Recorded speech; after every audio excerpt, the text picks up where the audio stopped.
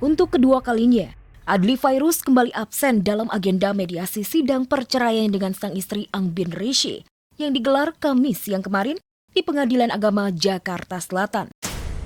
Ya, bak hilang ditelan bumi. Selain tidak pernah hadir dalam persidangan, Adly juga seolah-olah menghilang dari kejaran media.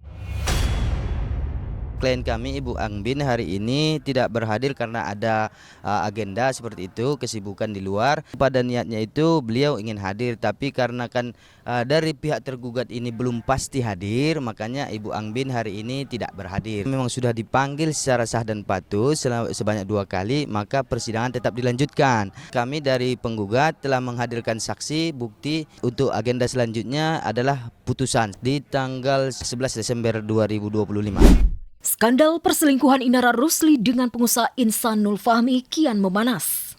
Hubungan terlarang itu tak hanya melibatkan nama Inara, Ihsan dan Mawa sebagai istri sah, tetapi juga menyeret nama Virgon, mantan suami Inara. Diduga Virgonlah aktor di balik bocornya video CCTV yang berisi adegan mesra antara Inara dengan Ihsan hingga sampai ke tangan Mawa. Hal itu berdasarkan pengakuan Ihsan kepada Dr. Richard Lee. Ya, dari obrolan chat Inara dengan Virgon, mantan suaminya mengaku memiliki video mesra antara Inara dan Ihsan. Ihsan pun curiga bahwa mantan suami Inara lah yang memberikan video CCTV itu kepada Mawa istrinya. Karena tak lama berselang Ihsan dapat kiriman video CCTV tersebut dari abang Mawa. Mawa pun langsung membuat laporan ke Polda Metro Jaya atas kasus dugaan perselingkuhan dan perzinahan yang dilakukan Ihsan dan artis berinisial IR. Jadi mohon doanya semoga lancar prosesnya. Saya serahkan ke pihak penyidik, bukti-bukti udah saya kasih tahu ke penyidik. Buktinya ada CCTV terkait hubungan mereka. Dari kecurigaan tersebut, Inara yang tak terima privasinya jadi bulan-bulanan publik, akhirnya melalui kuasa hukumnya. Inara juga membuat laporan ke Barreskrim. Walaupun belum diketahui siapa yang dilaporkan Inara, tapi diduga kuat mengarah ke nama Virgon. Mendengar nama anaknya dituding penyebar video CCTV yang berujung laporan polisi, Ibunda Virgon Eva Manurung pun angkat bicara. Wanita 52 tahun itu sangat menyayangkan jika video CCTV itu benar berisi adegan mesra antara mantan menantunya dengan Ihsan.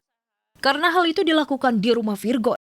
Itu rumahnya kan rumah Virgon, rumah anak-anak, dikasih ke anak-anak. Kemungkinan, ya ada kemungkinan, kenapa saya ngomong seperti ini, mereka punya perjanjian, paham kan? Waktu mungkin, kan Virgon pergi dari rumah nggak bawa apa-apa.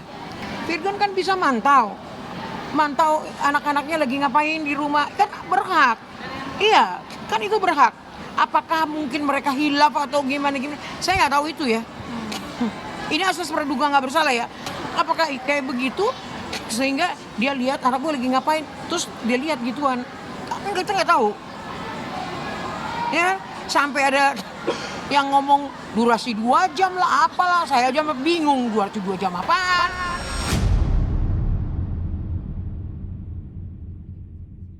Terkuaknya hubungan gelap Inara dengan Ihsan sepertinya membuat Inara benar-benar terpuruk. Nama baiknya tercoreng, ia pun harus berhadapan dengan hukum atas tuduhan perselingkuhan dan perzinahan. Kasus lamanya dengan Tenri Ajeng, wanita yang dituduh orang ketiga dalam rumah tangganya dengan Virgon, kembali diungkit. Sementara Mawa istri Ihsan mendapatkan banyak simpati dari publik. Bahkan Umi Pipik sampai menghadiahi Mawa umroh. Kalau dari kacamata aku ya, sebenarnya ini adalah ya apa yang dulu dia sampaikan ke publik, seperti kepada klien kami dengan tuduhan perselingkuhan, pelakor. Nah sekarang kembali lagi kepada dia.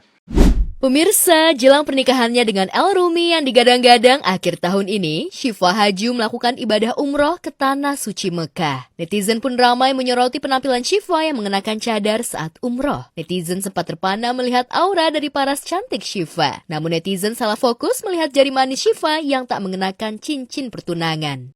Tak ingin dugaan makin melebar, Syifa Haju memberikan klarifikasi bahwa ia memang tidak selalu memakai cincin pertunangan dari El Rumi. Syifa dengan jujur mengakui jika ia orangnya teledor sehingga takut cincin seharga nyaris 1 miliar itu hilang. Sumpah cincin ini tuh kayak I don't really use it all the time with me. Jadi kayak please stop nanyain aku kalau aku lagi gak pakai cincin. Karena aku takut banget, kayak aku tuh orangnya dori abis dan aku clumsy. Jadi kayak kalau misalnya ke tempat yang menurut aku bisa membuat aku teledor tuh nggak aku pakai cincinnya. Walau demikian, Syifa tak putus komunikasi dengan calon suami El Rumi. Dengan jujur juga, El Rumi menjelaskan pada Bunda Maya Estianti jika selama ini mereka tetap menjaga komunikasi untuk sekedar berbagi pengalaman Syifa selama umroh.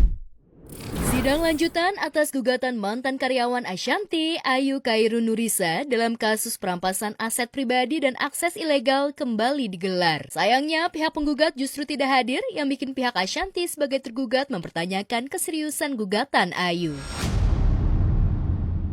Dari pihak penggugat ternyata mengonfirmasi tidak hadir nih. Kami sini juga justru mempertanyakan yang terkait dengan sikap dari penggugat. Sebenarnya gugatan ini mau diarahin kemana gitu. Jangan sampai arahnya itu kayak warna baju saya hari ini, abu-abu. Kita nggak jelas nih mau serius atau enggak. Gugatan Ayu terhadap Ashanti terkesan abu-abu. Pihak Ashanti juga mempertanyakan bagaimana mungkin Ayu menggugat mencari keadilan kalau dalam prosesnya saja seolah tak serius. Kalau terkait dengan kenapa terkesan seperti nggak serius gitu, ya mungkin memang dari awal itikat dia untuk mengajukan gugatan ini memang gugatan tidak baik gitu. Kalau dikenal dalam istilah hukum mungkin vexatious lawsuit gitu bisa dicari.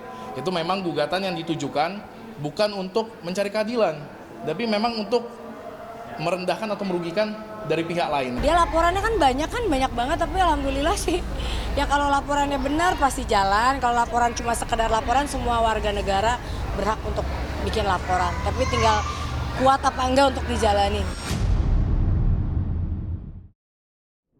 Ashanti mungkin terkesan santai menghadapi kasusnya, tapi Ashanti nampaknya kadung merasa dirugikan oleh laporan Ayu hingga memilih melanjutkan semua kasus yang terlanjur berjalan.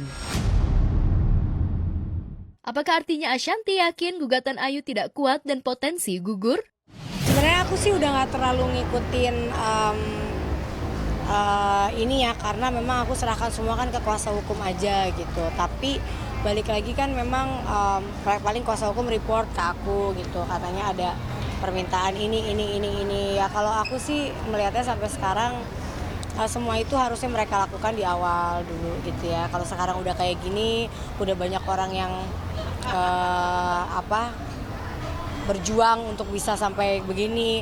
Udah banyak orang juga yang ibaratnya terluka mungkin dengan ucapan-ucapan dan fitnahan-fitnahan. Sampai akhirnya aku karena masalah ini juga ada beberapa hal yang merugikan buat aku.